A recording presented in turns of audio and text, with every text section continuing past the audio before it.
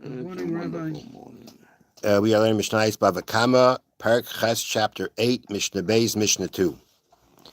Zeh Chaimer Ba'adam Mibashar.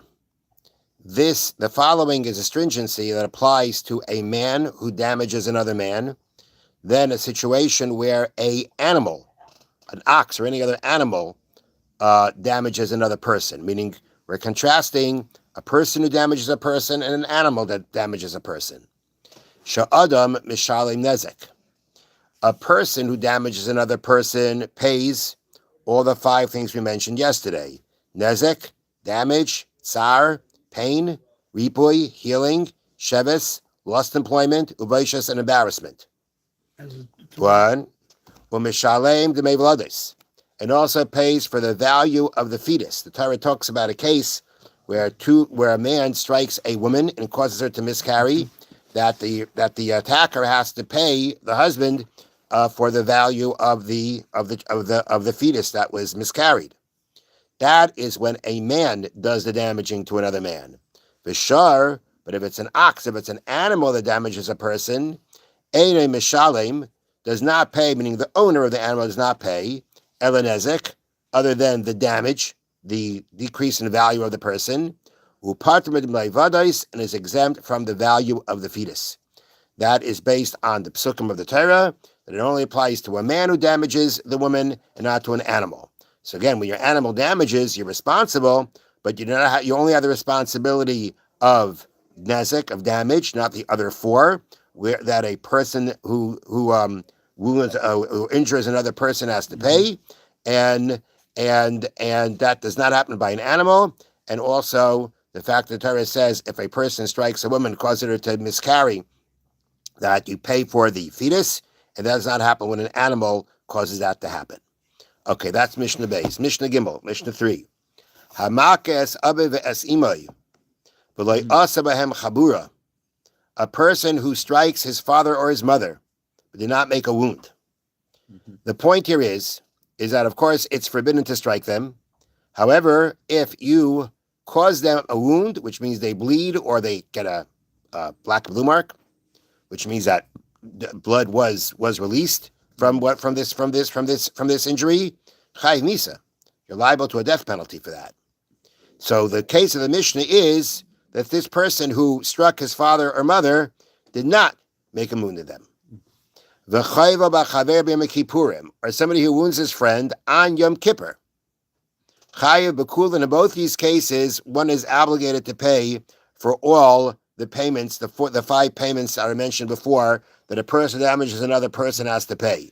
Now, a little bit more expansion on this.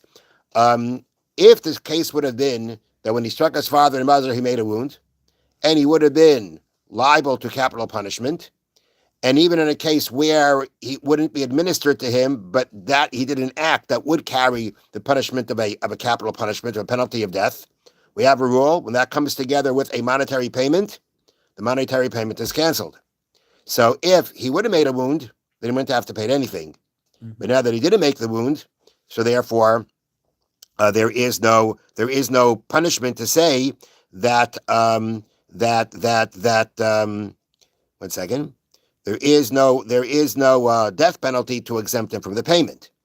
Also, when it comes to the case of one who damages his friend, meaning he wounds him, but he wounded him on Yom Kippur. The point of the Mishnah is, if he would have wounded him on Shabbos, that's a malacha. Causing blood to be released, causing blood to come out is considered is part of the malacha of shechita, of slaughtering. And that would have been a prohibited activity on Shabbos, a Torah prohibition, something that could carry a death penalty, a punishment of death. On Yom Kippur, that doesn't happen. On Yom Kippur, you don't get a capital punishment. You don't get a death penalty. You can get kares.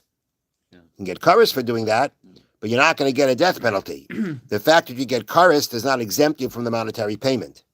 Now, what's interesting is also the Bartanura points this out, and that is that we find that even someone who does the kind of act that deserves kares, they give him malchus, they give him lashes. Now, the fact that you get lashes, there is typically a rule, ein aloika u'mishalim, you don't get lashes and pay. So there's really another issue here. When the person wounds his friend on Yom Kippur, there may not be a capital punishment, but there is malchus. The person will get lashes for it. So why didn't the lashes exempt them from paying? And then that Bartanura says is because we have words in the Torah when it's discussing a man wounding another man that are there to actually say here is different. In the case of wounding someone, even in a situation where you would get malchus, lashes for doing so, you actually, even though it's an act that would carry the lashes, nonetheless, you will still be making the monetary payment. And you won't get the lashes. You're not going to get both. Because once you pay, you're not going to pay and get lashes. But typically you would get the lashes and not pay. Here, there is a derivation from the Torah that says that in this case, when you wound someone, that in this case you will pay and not get the lashes. Next, ha'chayva be'eved ivri, one who wounds a Jewish slave, and he is a Jewish person enslaved to another Jewish person. That's called the eved ivri, the Hebrew slave. Now, and what do? You wounded that person. Chayiv bekulan, you have to pay all. You got to pay to the eved. The eved is a full-fledged Jew.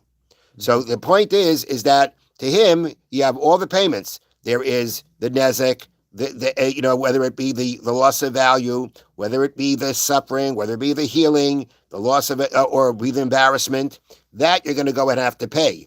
However, that's only bizman chutz min hasheves. The exception is going to be the loss of employment, bizman shehu shaloi, when we're talking about your slave. Meaning, if it's your Hebrew slave that you wounded, so then we say like this. You have to pay 4 out of the 5. The sheves, the loss of employment, that doesn't go to the eved ivri, because the loss of employment means the loss of employment to you, because he's your eved. That's his employment. So it's your loss. So therefore, you're not going to pay it. Were it to be somebody else's eved ivri, you'd have to pay for the sheves too, the loss of employment too. Now, next, ha'chayva be'eved kanani shalacherim. If a person damages a Gentile slave of others, was considered that person's property, and therefore, and also and that's not really relevant. And well, I don't know if that has. The point is that whenever a Eved Kanani acquires goes to the master. So whatever payment you'd have to make to an Eved Kanani goes to the master automatically. So it says, if you damage the Gentile slave of others, chayiv bekulan, you have to pay it all. Right? All the things that you do when you wound somebody else applies to him. Just at the end of the day, it all goes to his master. Because anything that goes to the Eved Kanani, anything the Eved Kanani acquires, even payments that are given to him for something he owes, goes to the master. Okay? So therefore, you're going to have to pay for everything. You damaged him, whatever you would get, even for embarrassment, for suffering, all that goes to the master. Okay? Which would mean that in a situation where it's your Eved Kanani, what's going to happen then? You're not going to pay anything because it all goes to you. Rabbi Yehuda says, Ein la'avadim baishas. There is no payment of embarrassment to a slave. Mm-hmm. That, according to Rabbi Yehuda, is derived from words of the Torah, and the halacha does not follow Rabbi Yehuda. The payment of embarrassment goes to an to an embarrassment you caused to the Gentile slave. Just that payment at the end automatically goes to the master. Have a wonderful day. Just want to remind everybody, scheduling, going away for a couple of days. So we will not be starting tomorrow, we will not have Mishna in the morning, and we will resume Mitzvah Hashem on next Wednesday. Have a wonderful day. Thank you, Rabbi. Thank you, Rabbi. And have a good trip.